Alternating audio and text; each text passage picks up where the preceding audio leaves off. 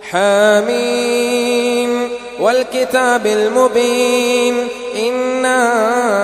أنزلناه في ليلة مباركة إنا كنا منذرين فيها يفرق كل أمر حكيم أمرا من عندنا إنا كنا مرسلين رحمة من ربك إنه هو السميع العليم رب السماوات والأرض وما بينهما إن كنتم موقنين لا إله إلا هو يحيي ويميت ربكم ورب آبائكم الأولين بل هم في شك يلعبون فارتقب يوم تأتي السماء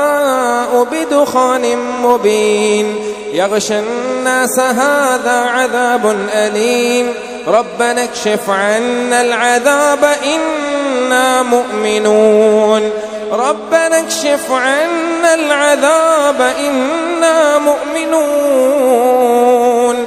أنى لهم الذكرى وقد جاءهم رسول مبين ثم تولوا عنه وقالوا معلم مجنون إنا كاشف العذاب قليلا إنكم عائدون يوم نبطش البطشة الكبرى إنا منتقمون ولقد فتنا قبلهم قوم فرعون وجاءهم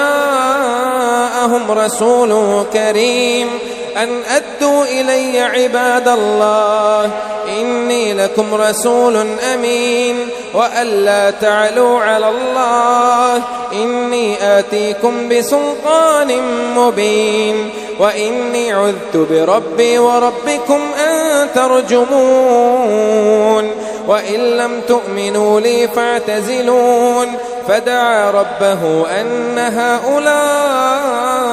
قوم مجرمون فأسر بعبادي ليلا إنكم متبعون واترك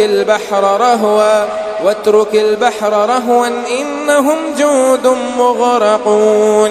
كم تركوا من جنات وعيون وزروع ومقام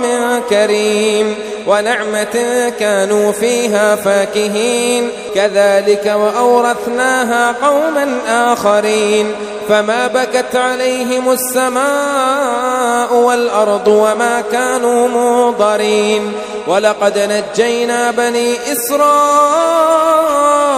من العذاب المهين من فرعون إنه كان عاليا من المسرفين ولقد اخترناهم على علم على العالمين وآتيناهم من الآيات ما فيه بلاء مبين إن هؤلاء ليقولون إن هي إلا موتتنا الأولى وما نحن بمنشرين فأتوا بآبائنا إن كنتم صادقين أهم خير أم قوم تبع والذين من قبلهم أهلكناهم إنهم كانوا مجرمين وما خلقنا السماوات والأرض وما بينهما لاعبين ما خلقناهما إلا بالحق ولكن أكثرهم لا يعلمون إن يوم الفصل ميقاتهم أجمعين يوم لا يغني مولى عن مولى شيئا ولا هم ينصرون إلا من رحم الله إنه هو العزيز الرحيم إن شجرة الزقوم طعام الأثيم كالمهل يغلي في البطون كغلي الحميم خذوه فاعتلوه إلى سواء الجحيم ثم صبوا فوق رأسه من عذاب الحميم ذق إنك أنت العزيز الكريم إن هذا ما كنتم به تمترون إن المتقين في مقام أمين في جنات وعيون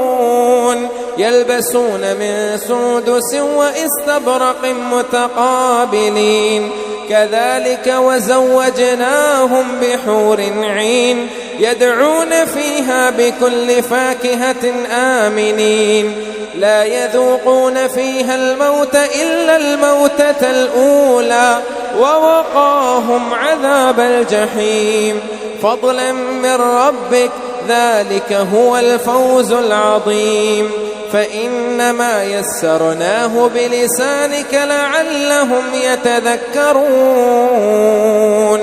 فارتقب إنهم مرتقبون.